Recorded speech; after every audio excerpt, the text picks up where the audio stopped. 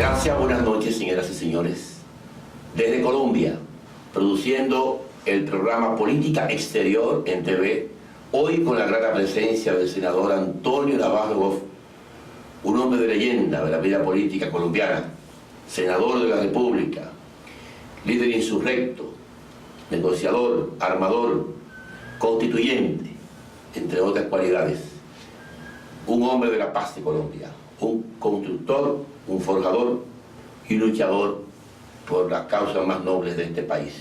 Bienvenido, senador, al programa Política Exterior en TV para República Dominicana, para Colombia y para el mundo. Es un honor para nosotros poder contar con su presencia. Muchas gracias por su invitación, por su hospitalidad y bienvenido a Colombia siempre. Muchas gracias. Senador, Colombia transita uno de los momentos más estelares de su vida política. Un nuevo proceso de paz. Yo diría que el cuarto o el quinto proceso de paz. El quinto. Quinto proceso de paz. La experiencia de los acuerdos de paz de Colombia es hasta cierto sentido agridulce. No se ha podido llevar a cabo un proceso en toda la amplitud de la palabra. ¿Cuál es su visión de esta nueva experiencia? ¿Cuál es su enfoque? ¿Qué piensa usted que le da un marco de posibilidades reales a este proceso que no la tuvo los anteriores procesos de paz? Bueno, en Colombia llegó a haber en los años 1980 6 organizaciones guerrilleras. De esas 6 organizaciones guerrilleras, la primera que firmó el acuerdo de paz fuimos nosotros, a la que yo pertenecía, que se llamaba el Movimiento 19 de Abril M19. Firmamos el 9 de marzo de 1990 el primer acuerdo de paz de América Latina, antes de los acuerdos de paz de Salvador, de Guatemala, de la América Latina contemporánea, el primer acuerdo de paz. Y fue muy exitoso. Nosotros conseguimos 7 meses después de haber firmado el acuerdo de paz, el 28% de los votos en la convocatoria de una asamblea constituyente que se convocó y que se eligió a final de ese año, 1990, y que redactó la actual constitución. Pero mire usted, de haber firmado el acuerdo de paz en abril, las elecciones fueron a principios de diciembre, conseguimos el 28%. Eso llevó a que otros 3 grupos de guerrilleros, el EPL, de origen maoísta, el PRT, trotskista, y el Tintín Lame, un movimiento armado indígena, también firmaron el acuerdo de paz en 1991 en el seno de la Asamblea Constituyente y se incorporaron a la Asamblea Constituyente del 91.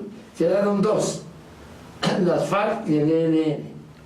Una parte del ELN firmó en 1994, al calor de toda esa época de acuerdos de paz de los años 90 en Colombia y también en Centroamérica. Y quedaron las FARC y la mayoría del ELN en la insurgencia armada. Las FARC intentó en 1998 una negociación con el gobierno que afortunadamente no salió bien y terminó en el 2001 con un levantamiento de la mesa de negociación y un periodo que fue muy duro, que fue los primeros años del siglo XXI. Y vino, digamos, el péndulo se fue al otro lado. Un país que estaba apoyando masivamente la paz desde que nosotros la firmamos, que había incorporado otros 3 grupos de guerrilleros y una fracción de uno de los que quedaban. Tuvo un fenómeno paramilitar durísimo en los años 2000, que después finalmente se desactivó, pero que generó unas dificultades enormes en el país y una parte de la opinión pública se fue hacia el apoyo a la mano dura. Si no se podía negociadamente, entonces había que ejercer la autoridad, que fue el periodo, o los 2 periodos en que fue presidente el de hoy senador Álvaro Uribe Vélez. Y las FARC, pues, que había logrado una fuerza muy grande a finales de los 90, empezó a sufrir las consecuencias de un Estado que se renovó, de una iniciativa militar por parte del Estado, que llevaron a la muerte de algunos de sus jefes más importantes. Y entonces finalmente, hace 4 o 6 años, empezó a dar las negociaciones con las FARC, un nuevo intento de negociación que condujo al acuerdo de paz que se firmó a finales del año pasado. Yo diría, es el quinto de los acuerdos de paz del país, pero el más importante, porque la guerrilla de las FARC como guerrilla es la más grande de la historia del país, la más numerosa, la más organizada, la más estable, muy bien financiada además por toda la ilegalidad que ha habido en la economía nacional rural con los cultivos ilícitos, una guerrilla sólida, que de todas maneras le tomó tiempo entenderlo y que nosotros entendimos primero, y era que el alzamiento armado no tenía punto de llegada, que podían estar alzados en armas toda la vida y no ganaban. Y si uno tiene unas ideas políticas y va a buscarlas por la vía del alzamiento armado, pues si la victoria es imposible, el alzamiento armado se vuelve un estorbo para conseguir esas ideas políticas. Finalmente eso fue lo que las FARC entendió en los últimos años y se firmó este acuerdo de paz, muy importante, el más importante de todos los que tienen que ver con la guerrilla colombiana.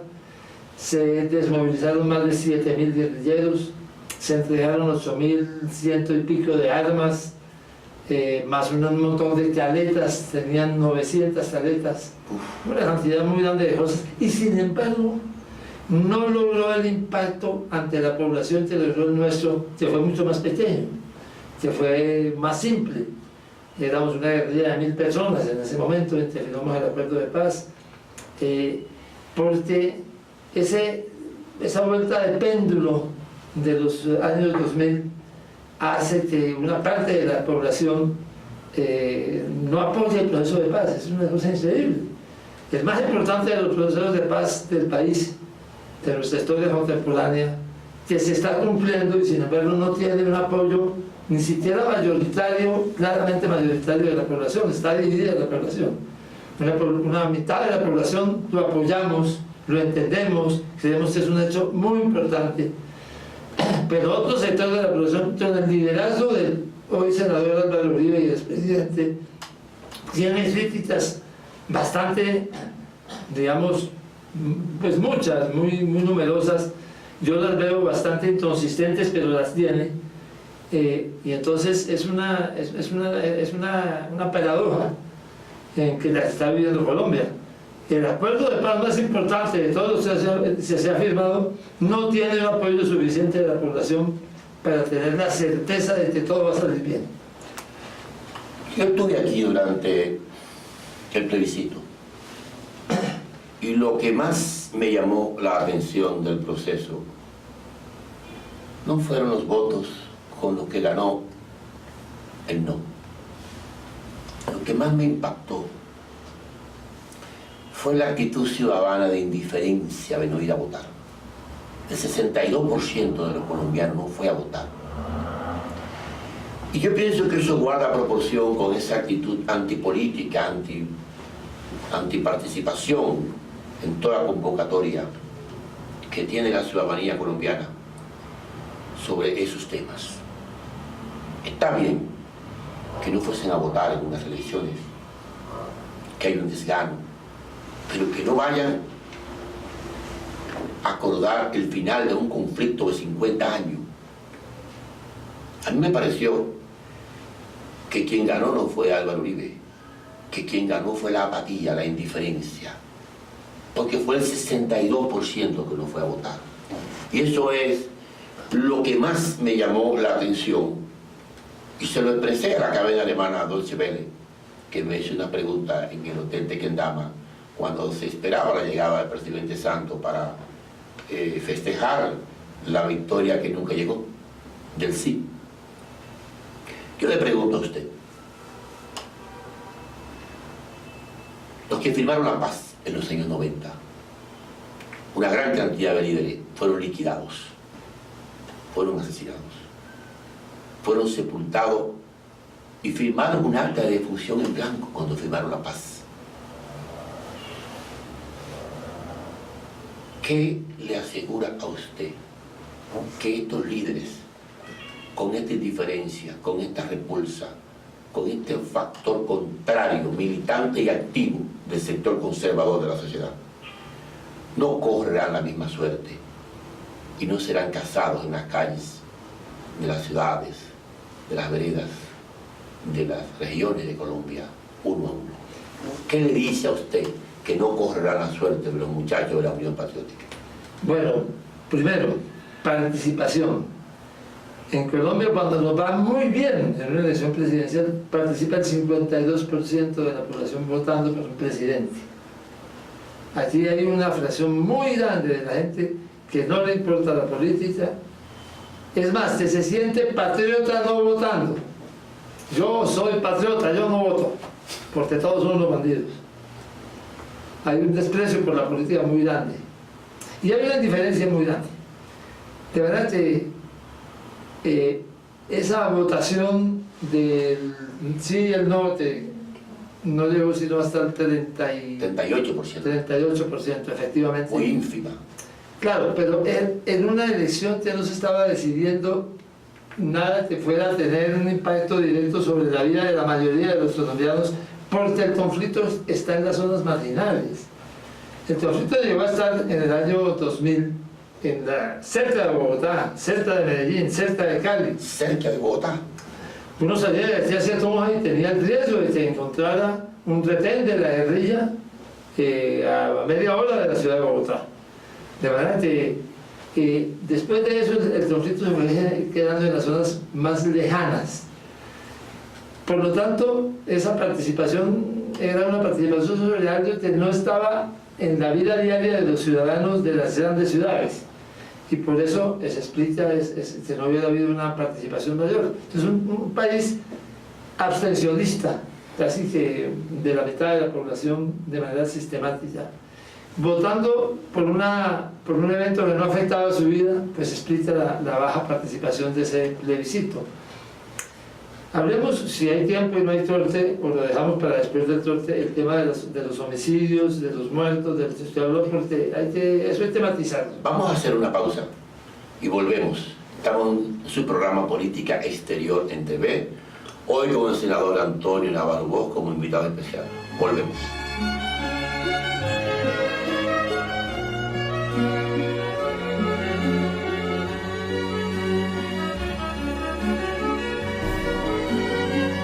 Con una flota moderna y de última generación, trabajamos al servicio de nuestros pasajeros. Somos una de las aerolíneas más puntuales del mundo. Porque pensamos en ti, Air Europa es una compañía certificada en seguridad, calidad y medio ambiente. Te llevamos a más de 45 destinos. Air Europa, cada detalle cuenta.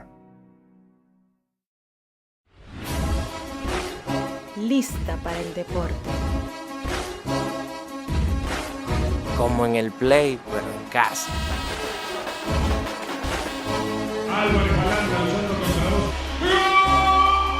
Para que lo escuchen hasta los vecinos. Celebremos con todo, por deporte. Plaza Lama, la super tienda.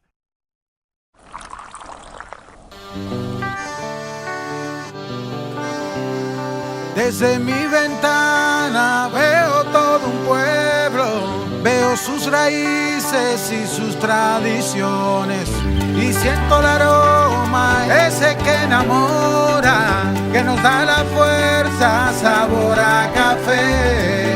Y en toda la tierra reina la esperanza, también los recuerdos que nos hacen crecer. Estés donde estés, nos une el aroma que sabe a café. Café Santo Domingo, sabor que empieza en el aroma.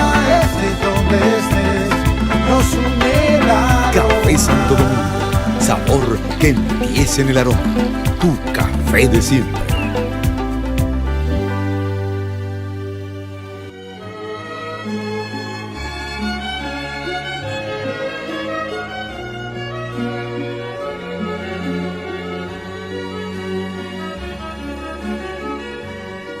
Gracias. Estamos de vuelta con el senador Antonio Navarro Bosch en su programa Política Exterior en TV, analizando el proceso de paz en Colombia, la perspectiva que tienen la parte dirigente firmante de sobrevivir a este proceso. Senador, su visión sobre las posibilidades de que los líderes que han firmado este 5º acuerdo de paz no sean cazados en las calles como fueron víctimas otros activistas de derechos humanos y guerrilleros firmantes que llegaron a esos acuerdos. Yo le voy a contar unos hechos reales que yo viví personalmente. En Colombia sí se ha dicho, el que firma un acuerdo de paz lo matan. A los liberales que firmaron el acuerdo de paz en los años 50, Guadalupe Salcedo, lo mataron a los pocos meses de haber firmado el acuerdo de paz. Las FARC se volvió FARC porque al jefe de Marulanda, que era el jefe de las FARC, que le decían charro negro, había sido guerrillero liberal, también lo mataron. Bueno, nosotros firmamos la paz en 1990, como ya les relaté. Nuestro jefe se llamaba Carlos Pizarro León Gómez. 46 días después de haber firmado el acuerdo de paz, yendo en un avión de Bogotá a Barranquilla, dentro del avión le dispararon a Carlos Pizarro y lo mataron. A mí me tocó tomar la decisión de qué hacer. ¿Era verdad aquello de que todo el que firmara un acuerdo de paz lo mataba? ¿Valdría entonces la pena devolvernos otra vez al monte? ¿O qué es lo que íbamos a hacer? Pizarro era el líder del movimiento en ese momento. Pizarro era el líder del movimiento y era candidato presidencial en 1990. Y había elecciones 2 meses después. Bueno, a mí me tocó tomar esa decisión porque yo era el segundo después de Pizarro. O sea, yo era el heredero, el que tomaba la responsabilidad ¿Quién mata a Pizarro? El cartel de Medellín. Lo mató el cartel de Medellín. Ya habían matado 2 candidatos presidenciales más. ¿En coordinación con las fuerzas de seguridad de Colombia o una acción mundial? Con una entidad que se llamaba el Departamento Administrativo de Seguridad. El DAS. El DAS, exactamente, que dependía de la presidencia. Colaboración plena. Sí, le pagaban a funcionarios del DAS. O sea, el DAS estaba infiltrado por el cartel de Medellín. El DAS estaba infiltrado por el cartel de Medellín, es exactamente eso. Yo tomé la decisión de seguir en el acuerdo de paz. De seguir. De continuar cumpliendo el acuerdo de paz, de no devolvernos al monte. De enterrar al Pizarro en paz. Y nos acompañaron 1 millón de personas en ese entierro. Impresionante. Y yo heredé la candidatura presidencial. Y empezaron a llevarme sufragios que decían: tan buen tipo era Navarro, lástima que ya esté muerto. Amenaza de muerte, ¿no? Claro, obviamente. Entonces, ¿qué hice yo? Me encerré en una casa y no salí durante 45 días, que era el tiempo que faltaba para la elección presidencial. Pero lo mismo tuvieron que hacer César Gaviria, que fue presidente de esas elecciones. Álvaro Gómez era el candidato conservador y Rodrigo Lloreda, que era el otro candidato por el partido. Encerrarse en una casa 45 días. Sin salir. Y entonces no hacer campaña. Hacer campaña por televisión solamente. Y por radio. Y por radio. Nada más, no se podía salir, pero nos mataban. Yo llegué a la conclusión... Pero no había fuerza de seguridad que le protegiera la vida. Pero mire, habían matado a Luis Carlos de Arán, que era el favorito para ganar la elección presidencial. Habían matado a Bernardo Jaramillo. Habían matado a Pizarro. En ese año, todos en ese año. Todos en ese año. No sabíamos exactamente qué era lo que estaba pasando. Pero había un patrón. Que estaban matando candidatos presidenciales. Y todos venían del mismo lado, venían del cartel de Medellín, los asesinos. Entonces yo dije, voy a asumir el riesgo de que el tema sea que están matando a Pizarro y a los que han matado por candidatos presidenciales y no por guerrilleros. Y la historia me dio la razón. Pasó el proceso presidencial, eligieron a César Gaviria y disminuyó inmediatamente el nivel de amenazas. Pero cuando matan a Luis Carlos Galán no lo matan por el guerrillero. No, lo mataron por ser... otro crimen diferente. No, pero lo mató la misma gente, el cartel de Medellín.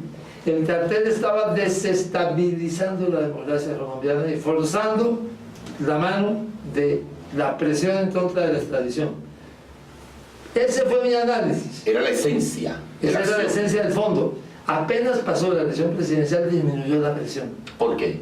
Porque Ya había pasado el momento en que ellos querían mostrar su fuerza matando a candidatos presidenciales y habían obligado a que la campaña en su parte final fueran encerrados todos en sin poder salir. Pero se logró en el Congreso que no fueran repatriados. ¿Lograron su objetivo o no? Sí, más adelante lo lograron, evidentemente la presión funcionó. Pero mire qué pasó.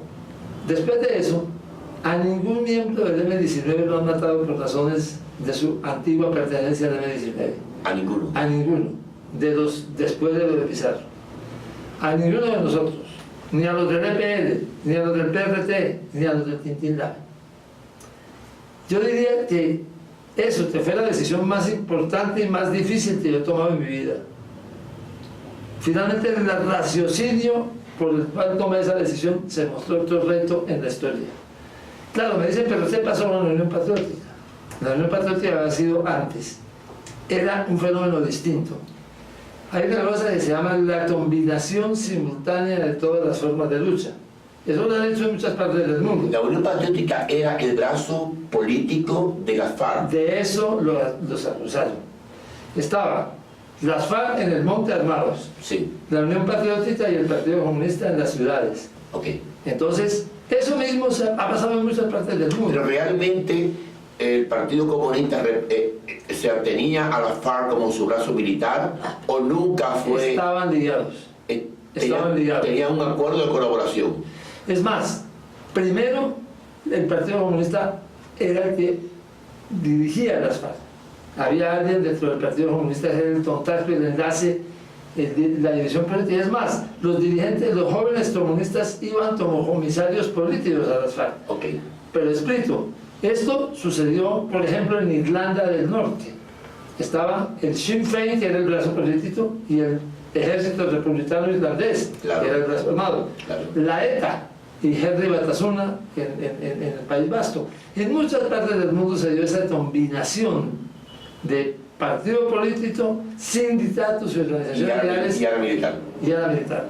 ¿Y qué hizo, por ejemplo, la señora, ¿cómo se llamaba esta, que fue la presidenta, la primera ministra inglesa, la señora Thatcher? Margaret Thatcher. Margaret Thatcher, tremenda conservadora dura. Sí. Metió presos a los del Del Sinn Féin. Sinn Féin. Aquí no, aquí no metieron preso a nadie, aquí empezaron a matarlos sistemáticamente, y esa es la masacre de la Unión Patriótica. Mataron senadores, mataron representantes a la Cámara, mataron alcaldes, mataron dirigentes sindicales, mataron un montón de miles de personas. ¿Quién mata esos millares de gente? El Estado colombiano. ¿Durante qué periodo? Durante el periodo de los años 90, acusándolos de los 80, después del 85 esencialmente, y durante los años 90, acusándolos de combinar simultáneamente todas las formas de lucha. Pero en vez de combatir a los guerrilleros, matan los civiles, los que están en la legalidad, los que no están armados. Destruyéndole la base social, ¿no? Sí, quitándole el agua al pez. Ese es el fenómeno paramilitar. Primero es el Estado, después son los paramilitares asociados con el Estado. Pero en los años 80, 85, 86, 87, cuando se tienen que ir un montón de periodistas amenazados de muerte del país, se tienen que ir García Márquez, se tienen que ir un montón de intelectuales, lo hacían directamente funcionarios del Estado. Después se los derivaron y lo hicieron grupos paramilitares asociados, ligados, vinculados, informados. Muchas veces la información se la daban funcionarios del Estado. Y entonces ese es un fenómeno distinto al de las muertes de los candidatos presidenciales de 1990. ¿Qué fue lo que hizo el cartel de Medellín? Infiltró el DAS. El jefe de la escolta de cada uno de los muertos candidatos presidenciales era alguien trabajando para el cartel de Medellín. El jefe de la escolta de Galán era el que era el vínculo con el cartel de Medellín. En el caso de Pizarro, ¿cómo fue? O sea, los agentes del DAS eran que protegían a los candidatos presidenciales. Y eran... Los candidatos no tenían su propia escolta personal. Tenían una escolta mixta. En el caso nuestro, Pizarro tenía una escolta que la mitad eran miembros del M-19, ya armados, pero digamos, con la autorización de protegerlo. Claro.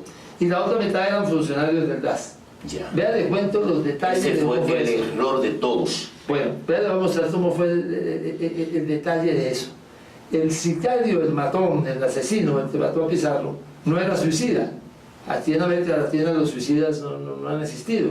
No. Entonces, ya eso todo lo averiguamos después. Los cristianos no son suicidas. No. Entonces, el tipo dijo, yo sí me monto a ese avión y mato a Pizarro, me matan a mí, porque ahí llevan los escoltas armados. Y entonces el jefe de la escolta, funcionario del DAS, se lo presentaron al sicario. Le dijeron, este señor, si usted lo ve, él lo va a proteger. Usted le dispara a Pizarro, se rinde y él lo protege y no deja que lo maten. Y después lo sacamos de la cárcel cuando ya esté en la cárcel. Y miren lo que pasó. El tipo, el avión empezó a volar hacia Barranquilla. Se apagaron las señales de los cinturones. El tipo fue al baño. La subametralladora estaba en el baño.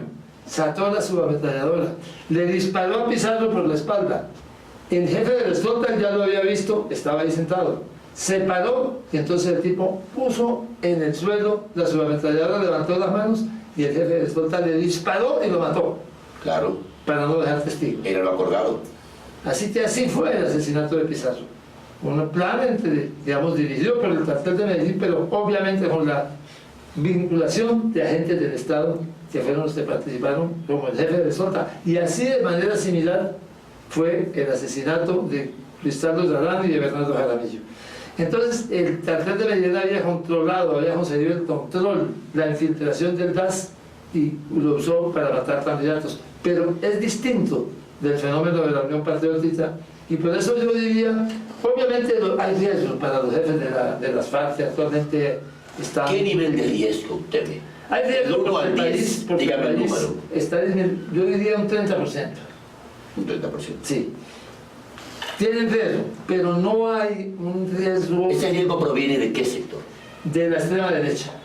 De la extrema derecha. De la extrema derecha de este país. Que lo incluye todo, comprendo. Pero no hay lo que había en los 90s, que era una decisión de sectores del Estado colombiano de matar a la Unión Patriótica. Ni hay tampoco una organización criminal del poder del cartel de Medellín dispuesto a desestabilizar este país matando candidatos presidenciales. Senador, pero yo le quiero hacer una pregunta. 8.000 falsos positivos, dice la organización no gubernamental norteamericana American Watch. 8.000, dice el Tribunal Internacional de Justicia, que Colombia tiene que responder por eso. Esos 8.000 falsos positivos, ¿quién los mata? ¿El cartel de Medellín o el ejército? Este es otro fenómeno.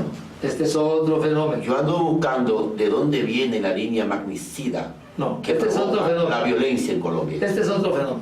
Para ascender, un oficial del ejército tenía que producir positivos en la lucha contra la guerrilla. ¿Qué era un positivo? Matar a un guerrillero. Eso era un positivo. Entonces, buscaron mecanismos para ascender disfrazando positivos, cogiendo gente pobre, ladrones, indigentes, vistiendo guerrilleros, llevándolos a una zona, los cogían, se los llevaban secuestrados, los vestían de guerrilleros y les disparaban. Y ascendían. Mire usted la perversión de eso.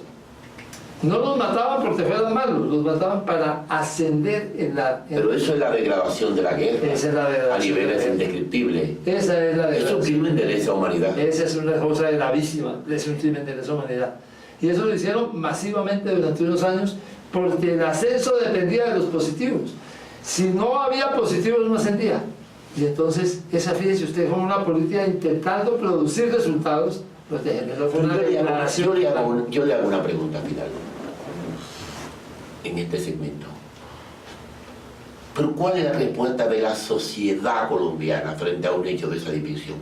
O sea, ¿en qué periodo se producen esos 8.000 falsos positivos? ¿En 5 años? ¿En una década? En una década. En una década, 8.000 muertos. Sí. Estamos hablando de más de 3 muertos diarios.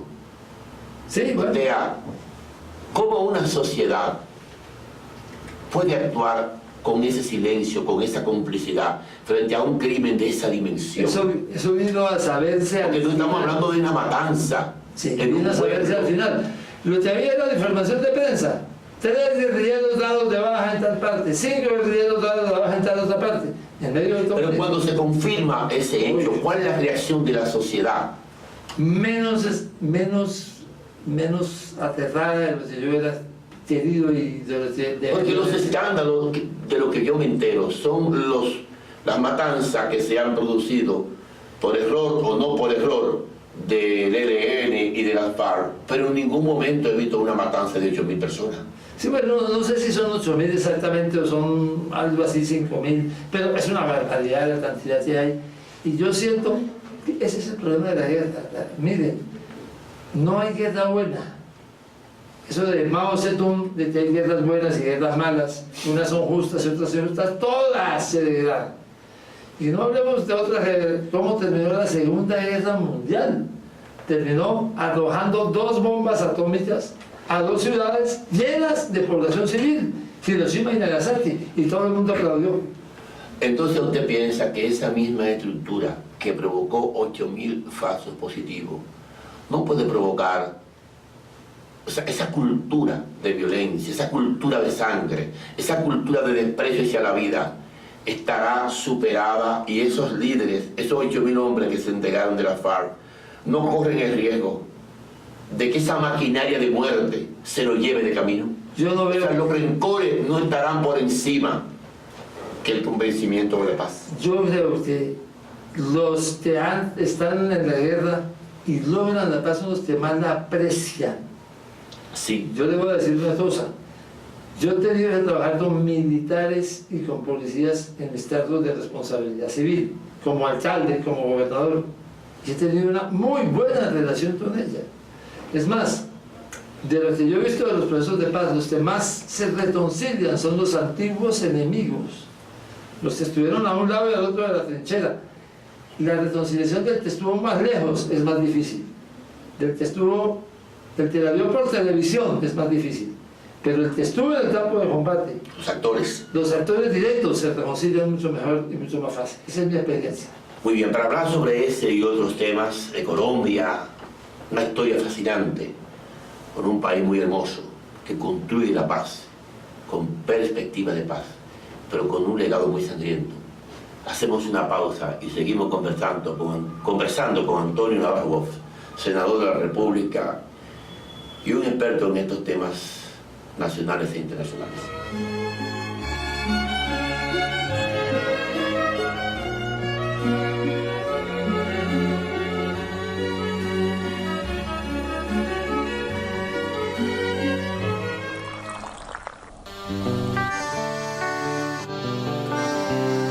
Desde mi ventana veo todo un pueblo, veo sus raíces y sus tradiciones y siento el aroma ese que enamora, que nos da la fuerza, sabor a café. Y en toda la tierra reina la esperanza, también los recuerdos que nos hacen crecer. Estés donde estés, nos une el aroma que sabe a café. Café Santo Domingo, sabor que empieza en el aroma. Estés donde estés, nos une el aroma. Café Santo Domingo, sabor que empieza en el aroma. Tu café de siempre. La CDEE, enfocados en su plan integral, trabaja en más de 100 proyectos de reducción de pérdidas y rehabilitación de redes en todo el país para mejorar el voltaje y mantener la continuidad del servicio.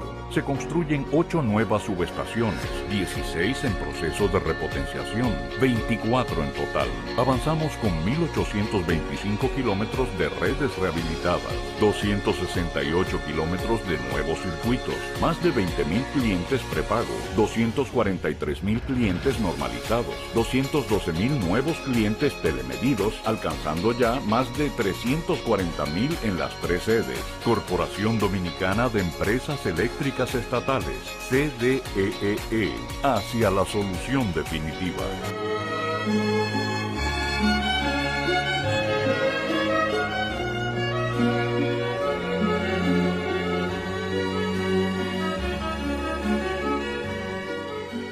Bien, de nuevo con el senador Antonio Navarro Gómez, analizando el conflicto de paz de Colombia, la violencia, la historia política de esta nación fascinante.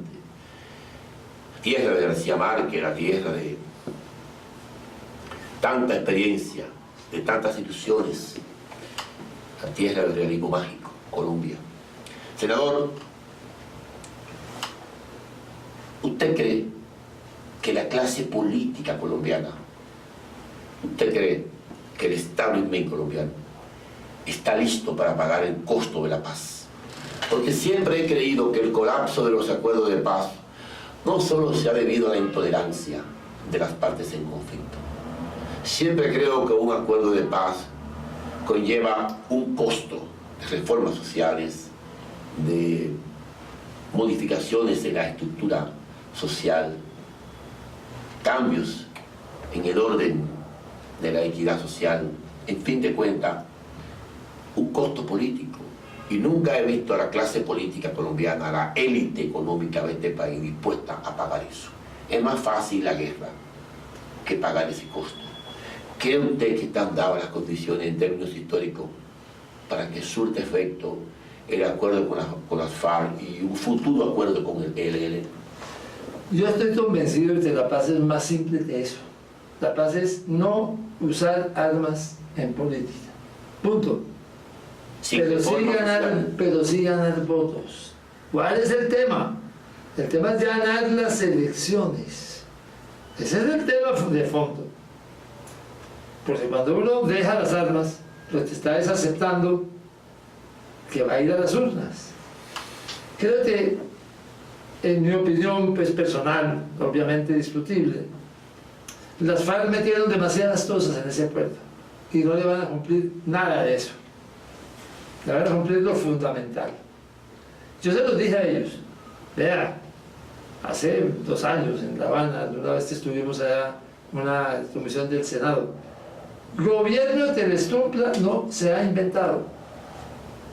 Ustedes están escribiendo un libro de acuerdo. ¿Y eso no es una incitación a la violencia? No, es simplemente un acto de franqueza y de poner las cosas en su punto exacto. No, pero yo digo no cumplir los acuerdos, no es una incitación de nuevo a la violencia. No, la incitación es a ganar las elecciones. Ese es el terreno fundamental.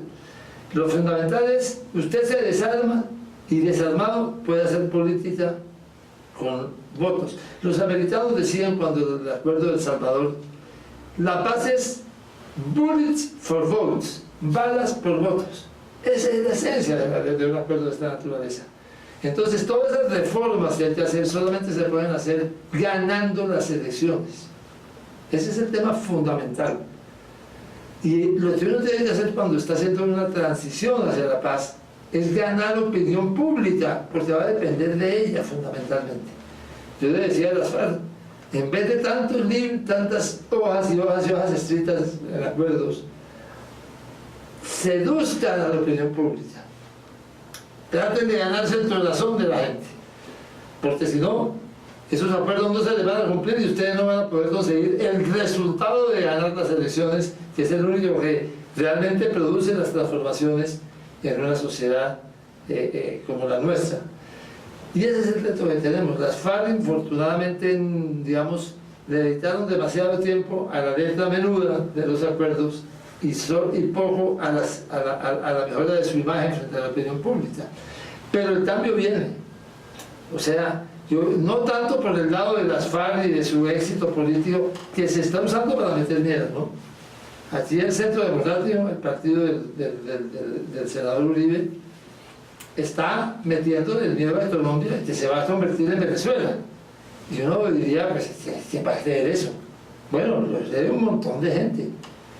Aquí le dicen a la gente, las FARC no van a ganar ahora, pero ganan en el 2022, porque tienen mucha plata y van a comprar votos, y los vamos a convertir en Venezuela. Oye, y eso se los lee. Están usando el miedo como un mecanismo electoral. Yo creo que lo fundamental aquí es que el cambio va a venir de todas maneras, inicialmente sin las FARC. Y va a venir por la vía de que ya es hora de que aquí haya alguien distinto que gobierne este país. Es que ha sucedido en todos los países de América del Sur, por lo menos. Cuando usted dice que el cambio va a venir, ¿qué significa el cambio para Colombia? Que otras fuerzas distintas a los que han gobernado desde hace 150 años vamos a gobernar este país, y me meto ahí. Espero estar vivo en ese momento, pero no lo veo tan lejos. Y pese a que ya tengo unos añitos de más, todavía me alcanza la vida para vivir esa experiencia. Eso va a llegar, pero está en todos los países de América Latina, hasta en Paraguay. Monseñor Lugo ganó las elecciones, claro, y después lo tumbaron. Claro. El único país donde siempre han sido los mismos los que han gobernado se llama Colombia. Y el conflicto armado ayudaba a que eso fuera así.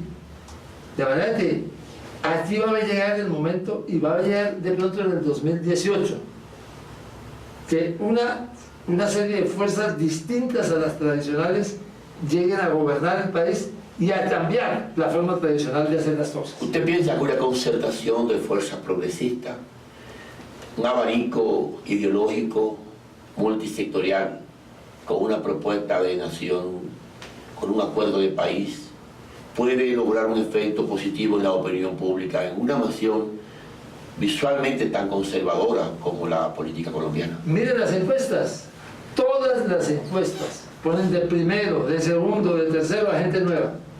A Gustavo Petro, el que fue alcalde de Bogotá, a Sergio Fajardo, el que fue gobernador de Antioquia, es un hombre de centro, pero es de, digamos, renovador en muchas cosas.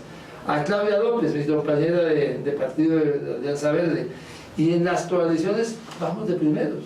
El gran pulso que hay en este momento en Colombia en el 2018 es precisamente de esas fuerzas conservadoras lideradas por el senador Álvaro Uribe, que no puede volver a ser candidato presidencial, pero que ha demostrado su capacidad de transferir su prestigio político a otras figuras, y las fuerzas renovadoras. Las FARC está fuera de esa discusión.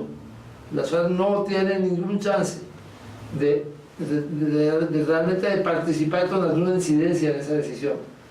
Pero el fin del conflicto con las FARC ayudó al cambio de agenda. Ayudó a que otros temas empezaran a aparecer en la agenda nacional: el tema de la corrupción, el tema del modelo de desarrollo, el tema de los servicios de salud, temas que tienen que ver con la vida diaria de los ciudadanos. Y esos temas son los que van a decidir si le damos continuidad a los mismos, con las mismas, o por primera vez en la historia del último 150 años en este país, una fuerza nueva llega a gobernar a Colombia. Yo confío que eso va a ser lo que va a pasar en el 2018, que una fuerza nueva, una coalición de fuerzas de centro-izquierda, de alternativas, vamos a llegar a ganar la elección presidencial del 2018. ¿No piensa usted en un intermedio entre el sector liberal y el sector progresista como un proceso de transición posible, o cree usted que se podrá producir la elección directa ya de un cambio renovado en Colombia? Análisis concreto de la situación concreta, decía usted, sabe quién. Creo que en cada momento tenemos que mirar la situación, cómo va evolucionando en este año electoral. Si las elecciones fueran mañana domingo, ganarían las fuerzas alternativas, aún sin una coalición con sectores liberales. Pero estamos todavía a 9 meses de la elección presidencial, viene una elección de Congreso, todavía hay mucho terreno que cortar, pero hay una inconformidad ciudadana entre los que votamos, porque los que no votan están inconformes, pero al no votar no son capaces de hacer que su inconformidad sea útil. No sirve sino para protestar en redes sociales y para hablar en amigos. ¿Serán capaces la fuerza progresista de ponerse de acuerdo y escoger un candidato? ¿O el ego, la vanidad, el orgullo, el interés particular se impondrá en las fuerzas de izquierda? Yo tengo la esperanza de que la madurez de las fuerzas alternativas nos lleve a una unificación, si no total, por lo menos suficientemente grande para llegar a tener el peso de estar entre los 2 primeros en la primera vuelta y ganar en segunda vuelta. Yo tengo esa esperanza. Creo que hay unas condiciones que, mire, yo llevo 27 años haciendo elecciones. Si no me la pasan en el 90, estamos en el 2017, 27 años. Y no he visto una oportunidad mejor en estos 27 años que la que hay ahora en el 2018. Y el acuerdo de paz con las FARC nos sirvió muchísimo para quitar ese tema de la agenda, para que pudiéramos entonces tener la posibilidad de las fuerzas alternativas de tener una esperanza importante de victoria en el 2018. Pero usted sabe que los procesos electorales tienen marca de figuras. Se necesita el liderazgo de una figura contagiosa que encabece ese proyecto de unificación y de concertación. Es vital. El marketing político así lo define. ¿En cuáles líderes descansa esa posibilidad? Pues, en términos definitivos, porque las fuerzas progresistas de Colombia son muy diversas. Tiene que haber un acuerdo de país, pero tiene que haber también la escogencia de un liderazgo bien situado, con posibilidades reales. yo quiero ser este objetivo, claro, yo tengo mi propia posición personal, pero para ser objetivo, miremos encuestas. Opinión favorable, opinión desfavorable. El candidato con mayor opinión favorable y menor opinión desfavorable se llama Sergio Fajardo. Hoy por hoy. Un hombre centrista, a usted ya le dije, fue gobernador de Antioquia. Tiene la menor tasa de rechazo. Tiene la menor tasa de rechazo y por lo tanto la mayor capacidad de crecimiento. Y de concertación. Y de concertación. Claudia López es una mujer aguerrida, nueva en política, joven, que ha gustado mucho entre sectores juveniles precisamente por ese estilo de decir las cosas directamente. Comunica muy bien. Comunica bien. Buena oradora. También tiene más opinión favorable que desfavorable. Gustavo Petro, exalcalde de Bogotá, tiene más desfavorable que favorable, pero tiene digamos, una gente muy leal a la posibilidad de cambio. Creo que son los candidatos que pudieran tener más opciones dentro de las fuerzas alternativas, pero en su orden son Sergio Fajardo, Claudia López, Gustavo Petro. Por otro lado, la derecha también tiene candidatos que pueden ser competitivos. Están miembros del Centro Democrático, el más importante de ellos se llama Iván Duque, un hombre joven, muy bien formado, muy estructurado, con el apoyo de Álvaro Uribe sería un candidato fuerte. Está Clara López, una mujer que es de centro izquierda, que anda un poco sola, pero es importante, tiene también muy buena relación favorable y desfavorable. Habría que meterla en el paquete de los primeros. Está Marta Lucía Ramírez, otra mujer conservadora, que ya sacó una votación importante en la elección pasada. Y está Germán Vargas Lleras, el que fue vicepresidente. Y Humberto de la Calle. Ah, bueno, se me está quedando. Humberto de la Calle, también un hombre con experiencia, con buena opinión favorable sobre la desfavorable. Hay muchos. Pero tienen figuras potables. Hay figuras. ¿Quiénes son los que finalmente van a llegar al final? En este momento no lo sabemos. No está definido. No soy capaz de adivinarlo. Pero creo que en la segunda vuelta presidencial va a ser una especie de repetición del plebiscito. Ya. Por los que están con la derecha, con un candidato que seguramente pasa de segunda vuelta, y los que estamos por la renovación, que creo que tenemos un chance grande de ganar la elección presidencial. Pero usted no ve una posibilidad en segunda vuelta de un entendimiento de la fuerza del Partido Liberal con la fuerza de Uribe. De Uribe no. De Uribe no. No. Vargas Lleras y Uribe sí se van a unir en segunda vuelta. Pero el Partido Liberal, un sector del Partido Conservador, se uniría a la fuerza progresista. A la fuerza progresista. El que pase a segunda vuelta en competencia con la derecha tiene un chance grandísimo de ganar. Eso pasaría igualmente si el que pase a segunda vuelta sería un candidato del Partido Liberal. Sí. Yo lo digo con sinceridad. Si Humberto de la Calle, un candidato liberal, pasa a segunda vuelta, yo voto por él. En esto no tenemos dudas. Aquí lo que no tenemos es más de lo mismo. La FARC dijo en un momento determinado, cuando apoyó a Santos, que había descubierto que lo único que superaba el fascismo era el uribismo. Pues lo que pasa es que ya hemos vivido esa experiencia en los 8 años en que estuvo de presidente y ya, nosotros no tenemos eso. Pero bueno, lo tiene un montón de gente del país, hay que ganar estas elecciones. Bueno, gracias, senador. Para nosotros es un gran placer conversar con usted. Es irremediable hacer un segundo programa. No pudimos tocar más que el 30% de los temas. Mucho análisis de la historia de los conflictos, post-conflicto. El futuro de Colombia hay que construirlo. En otro momento volveremos a conversar con usted. Agradecemos su presencia para la República Dominicana, para el Caribe, para Colombia y para el mundo. Política Exterior se siente sumamente agradecido de su participación, y al pueblo dominicano que volveremos el próximo domingo con su programa Política Exterior en TV. Gracias.